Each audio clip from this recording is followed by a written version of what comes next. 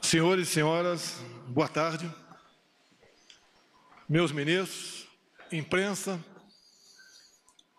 povo brasileiro que me assiste. Sabia que não seria fácil.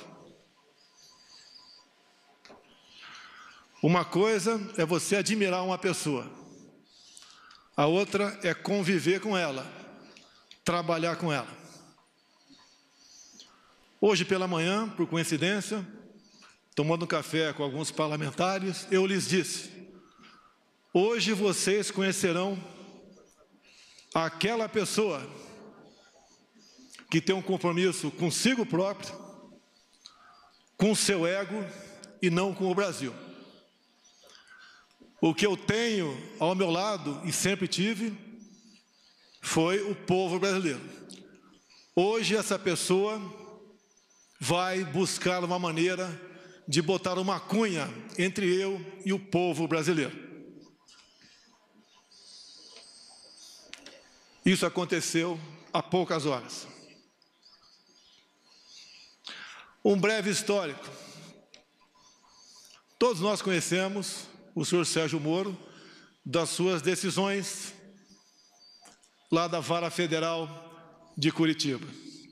A Lava Jato já existia, mas ninguém nega o seu brilhante trabalho.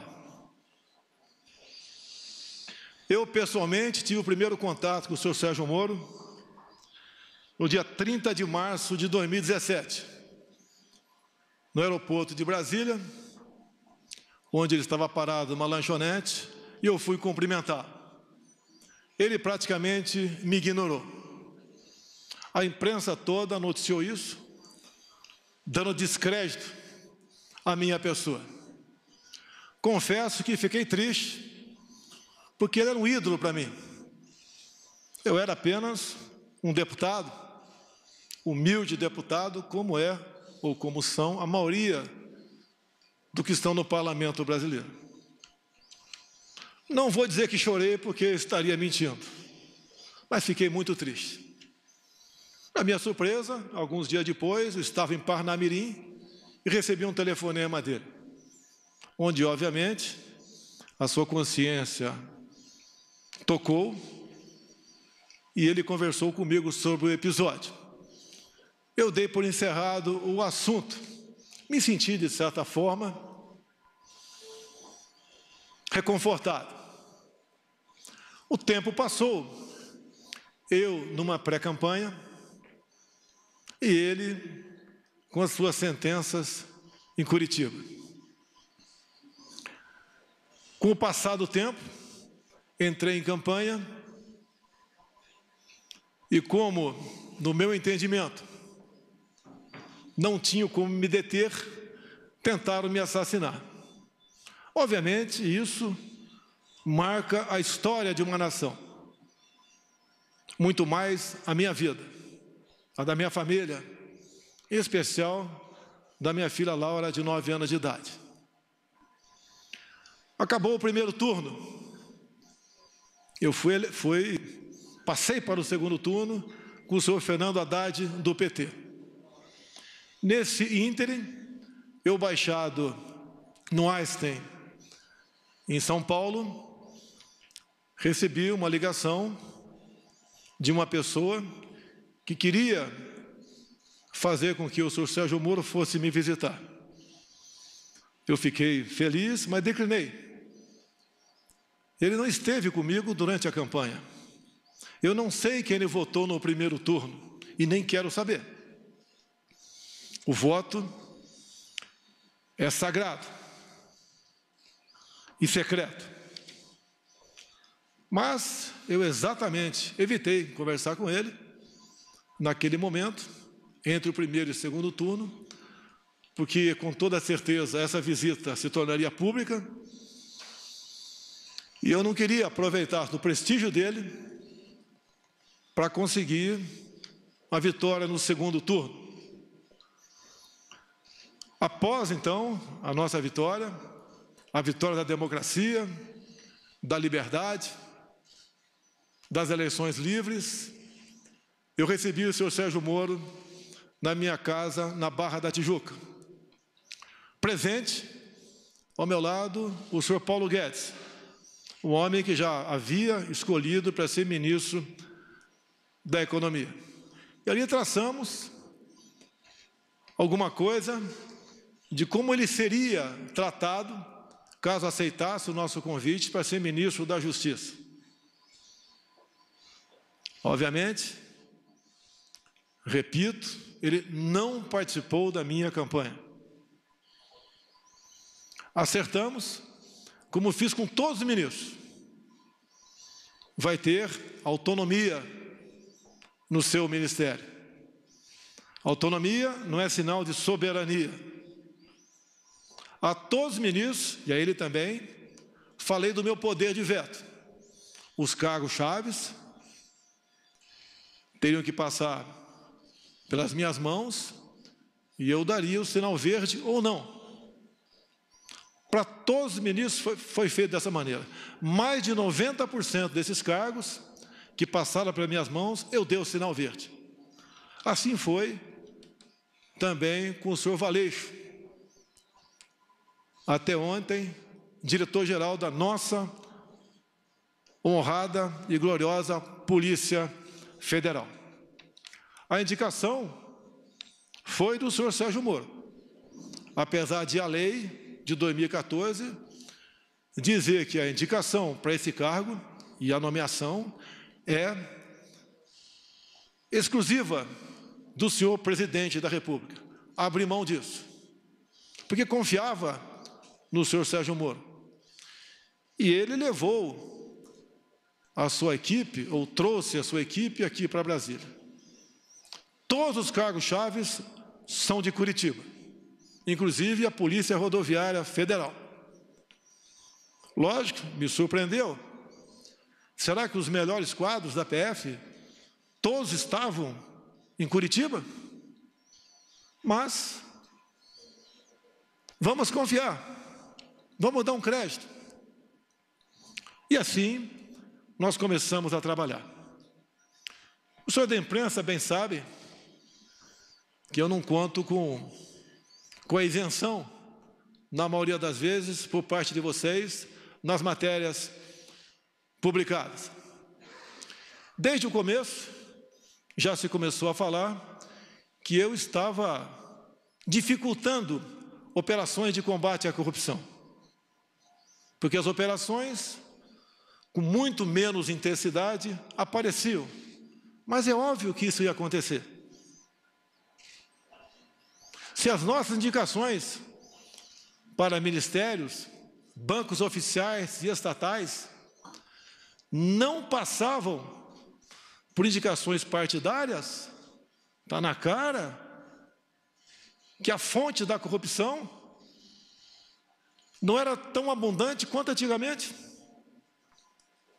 Isso começou a bater sobre mim, como se eu tivesse contrário à Lava Jato. Isso não é verdade. As grandes operações da PF no passado foram em cima de estatais ou de empreiteiros que faziam obras e arrancavam recursos via bancos oficiais, em especial o BNDES. Nós botamos um ponto final nisso. Isso foi muito caro para mim. Poderosos se levantaram contra mim. E é uma realidade. É uma verdade. Eu estou lutando contra um sistema, contra o establishment. Coisas que aconteciam no Brasil, praticamente não acontecem mais. E me desculpe a modéstia, em grande parte, pela minha coragem de indicar um time de ministros comprometido com o futuro do Brasil.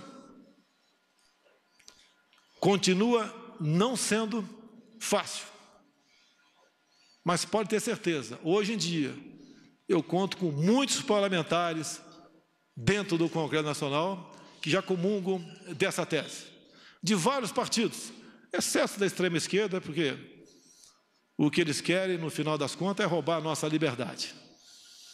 No que depender de mim, não medirei esforços para que isso não aconteça. dizer ao prezado ex-ministro Sérgio Moro, como o senhor disse hoje na sua coletiva, por 3 vezes, o senhor disse que tinha uma biografia a zelar. Eu digo a Vossa Senhoria que eu tenho um Brasil a zelar. Não apenas fiz um juramento, quando sentei praça, nos idos 1973, na Escola Preparatória de Cadetes do Exército em Campinas, em dar a vida pela minha pátria, se preciso fosse. Mais que a vida para a minha pátria, eu tenho dado. Eu tenho dado o desconforto da minha família, as acusações mais torpes possíveis, não só contra a minha família, bem como aqueles que estão ao meu lado. Falava-se em interferência minha na Polícia Federal. Ora as bolas, se eu posso trocar o ministro, por que não posso, de acordo com a lei, trocar o diretor da Polícia Federal? Eu não tenho que pedir autorização para ninguém para trocar o diretor ou qualquer um outro que esteja na pirâmide hierárquica do Poder Executivo.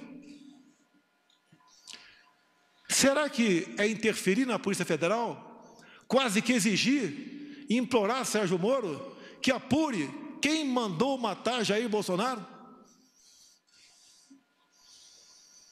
A PF de Sérgio Moro mais se preocupou com Marielle do que com seu chefe supremo. Cobrei muito deles aí. Não interferi. Eu acho que todas as pessoas de bem no Brasil querem saber. E entendo, me desculpe, senhor ex-ministro, entre o meu caso e da Marielle, o meu está muito menos difícil de solucionar. Afinal de contas, o autor foi preso em flagrante delito. Mais pessoas testemunharam, telefones foram apreendidos, 3 renomados advogados, em menos de 24 horas, estavam lá para defender o assassino. Isso é interferir na Polícia Federal? Será que pedir à Polícia Federal, quase que implorar, via ministro, para que fosse apurado o caso Marielle, no caso porteiro da minha casa 58, na Avenida Lúcio Costa, 3100? Quase que por acaso descobrimos, se não eu pedir para o meu filho ir na portaria e filmar a secretária eletrônica. Talvez até hoje ficasse a dúvida para todos que eu poderia estar envolvido nisso. Isso foi numa quarta-feira de março de 2018, onde entre a ligação do porteiro para a minha casa e as minhas digitais nos painéis de presença da Câmara, tinha um espaço em menos de 1 hora, eu não estava lá. Depois, a perícia da Polícia Civil do Rio ainda chega à conclusão que aquela voz não é a voz do porteiro em questão. Será que é interferir na Polícia Federal, exigir uma investigação sobre esse porteiro? O que aconteceu com ele? Ele foi subornado? Ele foi ameaçado? Ele não sofre ele sofre das faculdades mentais? O que aconteceu para ele falar com tanta propriedade um fato que, segundo ele, existiu há praticamente 1 ano atrás? É exigir da Polícia Federal muito, via seu ministro, para que esse porteiro fosse investigado, com todo respeito a todas as vidas do Brasil. Acredito que a vida do Presidente da República tem um significado, que afinal de contas é o chefe de Estado. Isso é interferir na Polícia Federal? Cobrar isso da sua Polícia Federal? Confesso que, ao longo do tempo, como bem vos lhes disse, uma coisa é ter uma imagem e conhecer uma pessoa, a outra é conviver com ela. Nunca pedi para ele para que a PF me blindasse onde quer que fosse. Quando se fala em corrupção, eu falo da minha vida particular. Nos últimos 2 anos de parlamentar, gastei menos da metade que poderia gastar na sua cota parlamentar, com passagem aérea, com despesa de combustível, de alimentação, de aluguéis. Na vida de presidente da República, eu tenho 3 cartões corporativos. 2 são usados para despesas, as mais variadas possíveis, que, afinal de contas, mais de 100 pessoas estão na minha segurança diariamente. Despesas de casa, normal. E um 3º cartão, que eu posso sacar 24 mil por mês, sem prestar conta. Eu posso sacar 24 mil reais e gastar onde bem entender, sem prestação de contas. Quanto eu usei dessa verba desde janeiro do ano passado? 0. Isso é obrigação. Desliguei o aquecedor da piscina olímpica do Alvorada. Modificamos o cardápio. Mas isso não tem nada a ver. É obrigação da minha parte. Mas só para lembrar que eu tenho preocupação com a coisa pública e busco dar exemplo. Quando se fala em interferência, tem aqui um ministro meu, tão importante quanto os demais, que nós somos uma corrente, nenhum elo é mais forte que a própria corrente, o Paulo Guedes. Quando eu vi que o Inmetro, que é um órgão parecido até, logicamente, cada um na sua função, com a Polícia Federal, com a PRF, com a Secretaria da Cultura, do Marcelo Arvantônio, entre tantas outras. Eu falei, Paulo Guedes, eu vou implodir o Inmetro, porque o que eu descobri lá, nós não podemos deixar o povo sofrer dessa maneira. Queriam trocar 1.600.000 tacógrafos de motoristas, de viaturas, cada tacógrafo custando R$ 1.900. Quem ia pagar a conta era o motorista de caminhão, o motorista de van, de ônibus. Queriam trocar todos os taxímetros do Brasil. Só no meu estado, Rio de Janeiro, 40 mil taxistas iam ter que comprar um novo taxímetro. Queriam um chip em cada bomba de combustível no Brasil, onde nós ficamos sabendo que não teria a sua devida eficácia. Não tem, essa conta não foi para o povo pagar. A obrigação do Inmetro é, obviamente, atestar a qualidade de muita coisa e, de preferência, obviamente, evitar onerar o nosso já sofrido povo brasileiro com a pesada carga de impostos que tem. Implodimos o Inmetro. E a Polícia Federal? Como publicado por vocês no dia de ontem, mas esqueçam a imprensa. Ontem, numa videoconferência, o senhor Valeixo se dirigiu a todos os seus 27 superintendentes e disse que desde janeiro vinha falando com o senhor Sérgio Moro, queria deixar a Polícia Federal. Os superintendentes são a prova disso. E eu, algumas vezes, falei com o Sérgio Moro sobre a Polícia Federal. Quando eu me elegi, havia uma ideia por parte de policiais, muitos trabalhavam comigo, em torno de 60 em rodízio, eu tinha direito a isso pela legislação, até o maior efetivo, por ser o candidato com maior chance, e mesmo assim, apesar de todo o trabalho da Polícia Federal, não conseguiu evitar a tentativa de homicídio, mas eu digo, foi a Polícia Federal, com o seu trabalho técnico, preventivo, que também foi um elo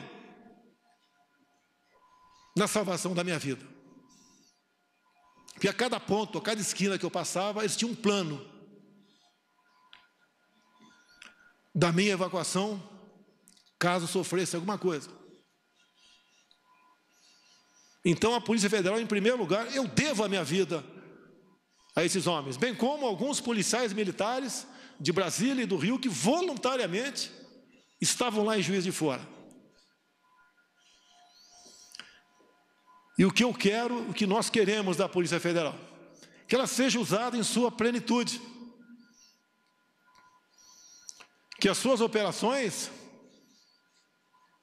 sejam, no mínimo, mantidas, no que depender de mim, potencializadas, que é com o trabalho dela que nós damos esperança, num primeiro momento, à população brasileira.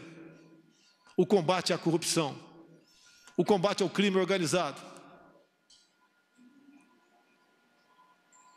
E, como mesmo o senhor Valeixo disse que estava cansado, eu comecei a fazer gestões junto ao ministro para trocarmos o diretor-geral da Polícia Federal. Era a intenção dele, como ele declarou ontem, que desde janeiro queria sair. Nós cansamos, nós não somos máquinas. No dia de ontem, eu conversei com o senhor Sérgio Moro, só eu e ele, como na maioria das vezes nossas conversas, onde eu sempre abri o coração para ele. Eu já duvido se ele sempre abriu o coração para mim. Eu sempre disse aos meus ministros, a confiança tem que ter dupla mão. O ministro quer que eu confie nele, quer e tem razão, mas eu também quero que o ministro confie em mim. Sempre falei para ele, Moro, não tenho informações da Polícia Federal. Eu tenho que todo dia ter um relatório do que aconteceu, em especial nas últimas 24 horas, para poder bem decidir o futuro dessa nação. Eu nunca pedi para ele o andamento de qualquer processo, até porque a inteligência com ele perdeu espaço na justiça, quase que implorando informações. E assim, eu sempre cobrei informações dos demais órgãos de inteligência oficiais do governo, como a ABIN, que tem à frente um delegado da Polícia Federal, uma pessoa que eu conheci durante a minha campanha e tem um nome e é respeitado pelos seus companheiros. E conversando ontem com o Moro, entre muitas coisas, até que chegou na questão Valeixo, eu falei, está na hora de botar um ponto final nisso. Ele está cansado, está fazendo como pode o seu trabalho. Pessoalmente, não tenho nada contra ele. Conversei poucas vezes com ele durante 1 ano e 4 meses. Sim, poucas vezes, mas conversei com ele. E a maioria das vezes estava o Sérgio Moro do lado. Então, eu falei que amanhã, dia de hoje, o Diário Oficial da União publicaria a exoneração do senhor Valeixo. E, pelo que tudo indicava, a exoneração a pedido.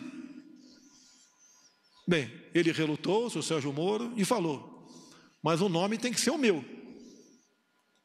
Falei, vamos conversar. Por que tem que ser o seu e não o meu? Ou então vamos pegar, já que não tem interferência política, técnica ou humana, pegar os que têm condições e fazer um sorteio.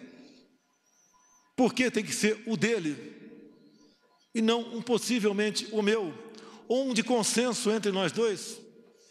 E eu lembrei da lei de 2014, que a indicação é minha, é prerrogativa minha. E o dia que eu tiver que submeter a qualquer um subordinado meu, eu deixo de ser presidente da República. Jamais pecarei por omissão. Falei para ele, quero um delegado, que pode não ser o seu, pode não ser o meu, mas que eu sinta, além da competência óbvia, se bem que isso é uma coisa comum entre os delegados da Polícia Federal, que eu possa interagir com ele. Por que não? Eu interajo com os órgãos de inteligência das Forças Armadas, se preciso for, eu interajo com a ABIN, interajo com qualquer um do governo. Sempre procuro o ministro, mas numa necessidade eu falo diretamente com o primeiro escalão daquele ministro, como ontem ou anteontem, eu tinha que decidir uma coisa, tinha que ver com a Marinha. Mas como era exclusivamente com a Marinha, eu resolvi naquele momento não falar com o ministro da Defesa, falei diretamente com o da Marinha e foi resolvido de acordo com com o interesse dele. E depois participei do Ministério da Defesa. Isso não é quebra de hierarquia, é necessidade. Não posso abrir mão disso, assim como o Ministério da Defesa pode ligar diretamente com o comandante de batalhão, sem passar pelo comandante da brigada. Se preciso for, depois ele participa, para evitarmos que venhamos ferir o princípio da hierarquia. E mais, já que ele falou em algumas particularidades, mais de uma vez, o senhor Sérgio Moro disse para mim, você pode trocar o Valeixo sim, mas em novembro, depois que o senhor me indicar para o Supremo Tribunal Federal. Me desculpe, mas não é por aí. Reconheço as suas qualidades em chegando lá, se um dia chegar, pode fazer um bom trabalho, mas eu não troco. E outra coisa, é desmoralizante para um presidente ouvir isso, mais ainda externar, ou não trocar, porque não foi trocado, sugerir a troca de 2 superintendentes entre 27.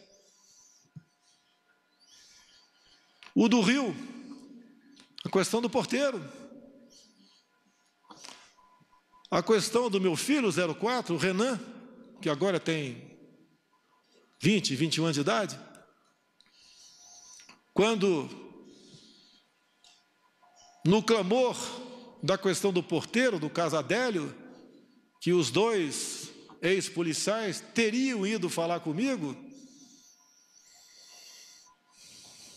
também apareceu que o meu filho 04 teria namorado a filha desse ex-sargento.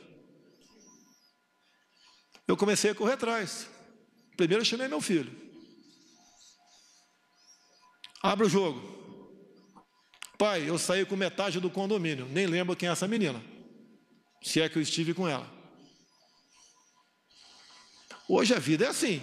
A intenção de dizer que o meu filho namorava a filha do ex-sargento era que nós tínhamos um relacionamento familiar. Eu não me lembro dele. Pode ser até que tenha tirado foto com ele. Durante pré-campanha e campanha era comum eu tirar em média 500 fotografias por dia, porque essa era a minha imprensa. E daí eu fiz um pedido para a Polícia Federal, quase com por favor, chegue em Mossoró e interrogue o ex-sargento. Foram lá, a PF fez o seu trabalho, interrogou, e está comigo a cópia do interrogatório, onde ele diz simplesmente o seguinte: a minha filha nunca namorou a filha do presidente Jair Bolsonaro, que a minha filha sempre morou nos Estados Unidos. Mas eu é que tenho que correr atrás disso?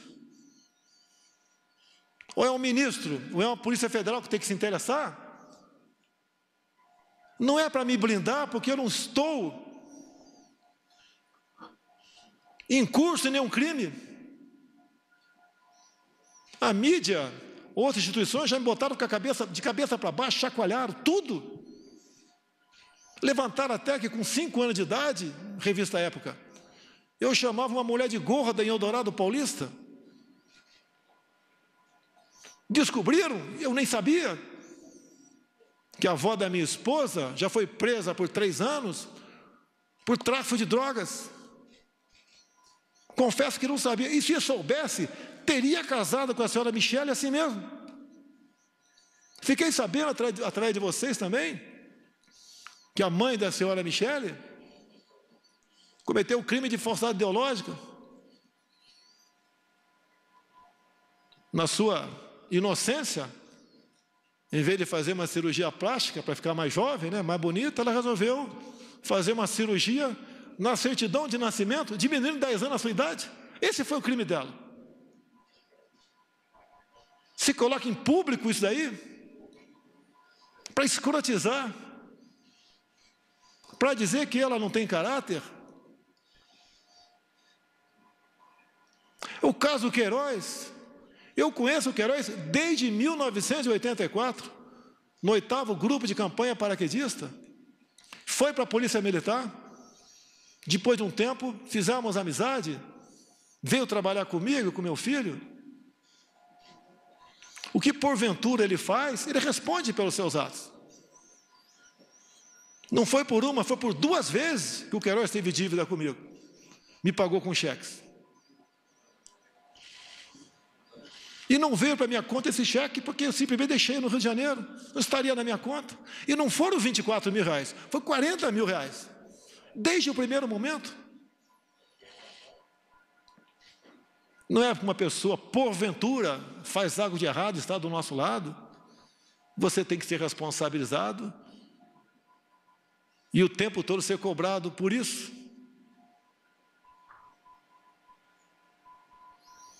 Nunca pedi para blindar ninguém da minha família.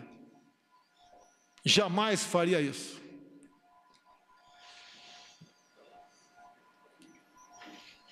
Agora, eu lamento que aquela pessoa que mais tinha que defender dentro de uma legalidade não o faz. Teve um clima sem pesado com o senhor ministro, na última reunião de ministros,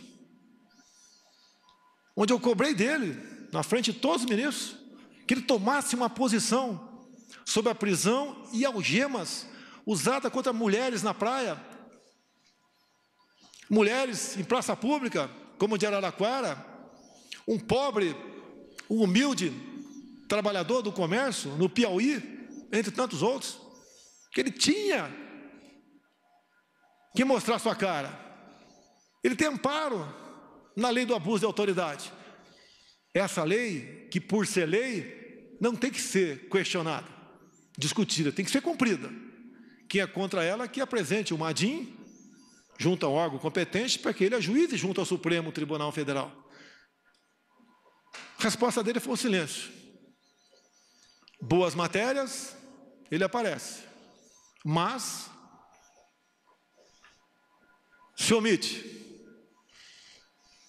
A minha vida, as minhas ações, muitas vezes, elas são num arrebento de explosão.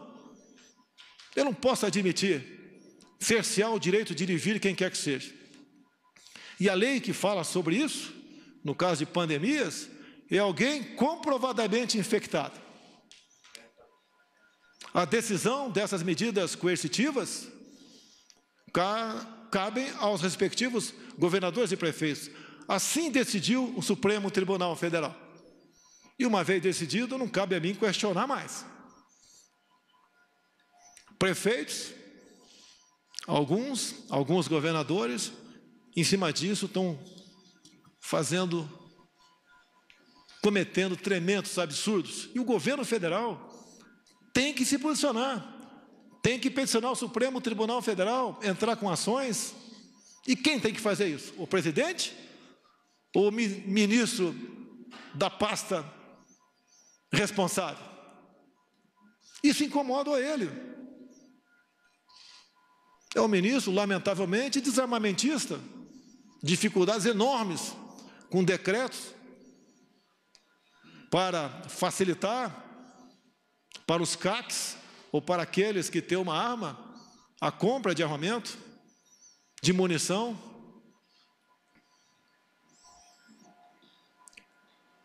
Aquilo que eu defendi durante a campanha e pré-campanha, os ministros têm obrigação de estar junto comigo. Caso contrário, não estão no governo certo. Não tenho mágoa do senhor Sérgio Moro. Hoje pela manhã,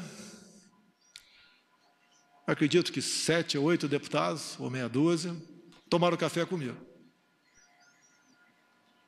E eles estão à vontade, se quiser falar ou não. Eu lhes disse, hoje vocês vão conhecer quem realmente não me quer na cadeira presidencial. Esse alguém não está no Poder Judiciário, nem está no Parlamento Brasileiro. Não lhes disse o nome. Falei, vocês vão conhecê-lo às 11 da manhã. repetindo a vocês, veio com a cunha. Se ele quer ter independência, como eu tenho, autoridade, ou se quisesse, poderia vir candidato em 2018.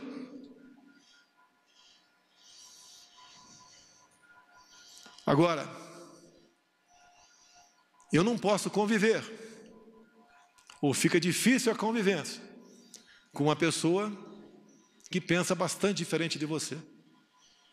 Um fato que foi noticiado muito no início do ano passado, ele nomeou a senhora Ilona Sabó como suplente de um conselho, e nós sabemos que essa senhora, ou senhorita, tem publicações, as mais variadas possíveis, defendendo o aborto, ideologia de gênero, entre tantas outras coisas, que estão em completo desacordo com as bandeiras que eu defendi, que os cristãos brasileiros também defendiam, e até ateus defendiam também.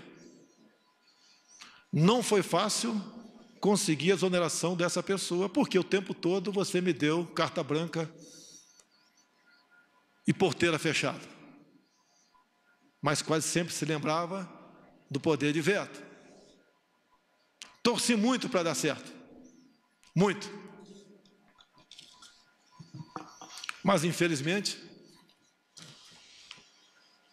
ou felizmente, no dia de hoje, após nossa conversa no dia de ontem, eu até fui sinalizado que ele compareceria à presidência e seria bem recebido, como foi o senhor Mandetta há poucos dias, para comunicar seu afastamento, ou para tentar a última cartada. Tem mais esses nomes aqui para o DG. O senhor concorda com algum desses ou não? E daí tomar uma providência. Eu sempre fui do diálogo. Vocês não vão encontrar nenhum ministro meu que vai dizer que eu impus qualquer coisa para ele. Ele resolveu marcar uma coletiva e fez acusações infundadas, que eu lamento. Para muitos, vai deslustrar a sua tão defendida biografia. Nós que estamos na linha de frente, nós ministros, tem algo mais importante que a nossa biografia. É o bem-estar do seu povo, é o futuro dessa nação. Vamos levar, no sentido figurado, muito tiro na cara, mas vamos cumprir a missão. Aqui tem ministros que apanham todo dia, como Abraham Van Traub, por exemplo. Outros apanham também, mas esse é um exemplo.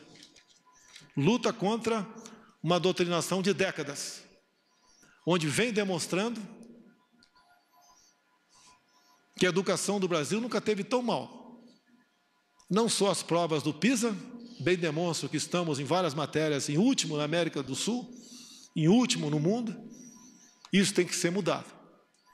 Ele tenta e vem demonstrando com muito trabalho que não vale, senhores pais, senhoras mães, que seu filho tem um pedaço de papel escrito diploma.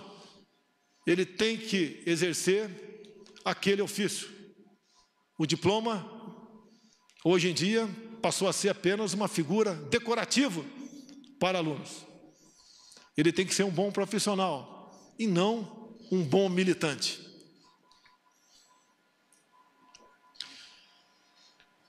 Três páginas bem curtas apenas aqui, eu vou ler e dar o encerramento a essa coletiva. Meu compromisso é com o Brasil e com a democracia.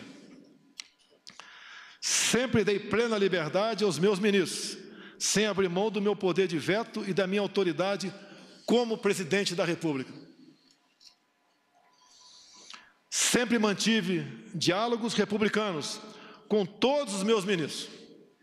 Temos discordâncias e convergências, mas em qualquer situação mantive o respeito à opinião de todos. Sempre fui leal a eles.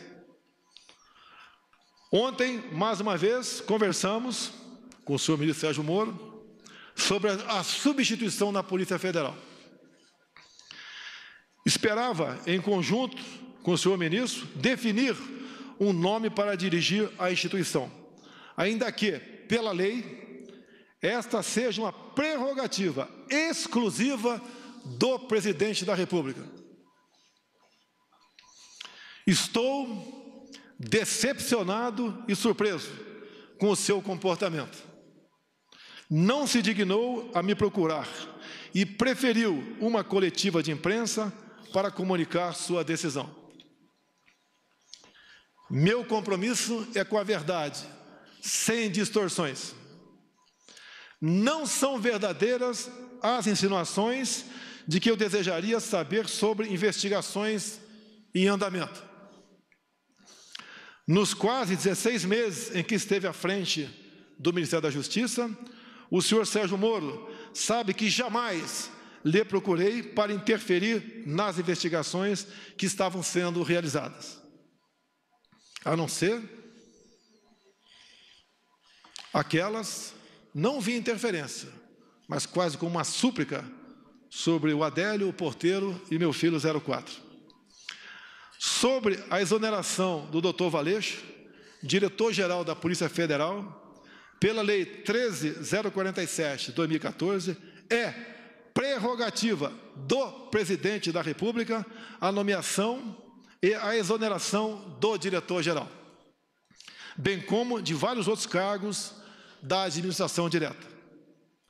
A exoneração ocorreu após uma conversa minha com o ministro da Justiça, pela manhã de ontem. À noite, eu e o doutor Valeixo conversamos por telefone e ele concordou com a exoneração a pedido. Desculpe, senhor ministro, o senhor não vai me chamar de mentiroso. Não existe uma acusação mais grave para um homem como eu, militar, cristão e presidente da República, ser acusado disso. Essa foi a minha conversa com o doutor Valeixo. E mais ainda, não só a imprensa publicou, no dia de ontem e de hoje, bem como, entre aspas, o doutor Valeixo, em contato com a Superintendência do Brasil, comunicando que estava cansado, que desde janeiro queria sair. Então não foi uma demissão que causasse surpresa a quem quer que fosse. A PF é uma instituição de Estado. Ela deve se conduzir de acordo com a Constituição Federal e as leis do país. Não importa quem as conduza. Não abro mão disso. Não existe possibilidade de interferência na Polícia Federal. Sua própria estrutura e seus profissionais garantem a autonomia de suas investigações. Esta autonomia é inerente à instituição, independente de governos. Não posso aceitar minha autoridade confrontada por qualquer ministro. Assim como respeito a todos, espero o mesmo comportamento. Confiança é uma via de mão dupla. Continuarei fiel a todos os brasileiros. Seguirei no combate à corrupção, às organizações criminosas e no trabalho para a redução da criminalidade. O governo continua. O governo não pode perder sua autoridade por questões pessoais de alguém que se antecipa a projetos outros. Travo o bom combate. A minha preocupação é entregar o Brasil para quem vier me suceder no futuro, bem melhor do que recebi em janeiro do ano passado. Confio nos meus ministros, nos servidores públicos, que têm nos ajudado a vencer a estes obstáculos. O Brasil é maior do que qualquer um de nós. Esse é o nosso compromisso, esse é o nosso dever de servir a pátria. A pátria vai ter de cada um de nós o seu empenho, o seu sacrifício e, se possível, se for necessário, o teu sangue para defender a democracia e a liberdade. Meu muito obrigado a todos os senhores. Está encerrado este pronunciamento.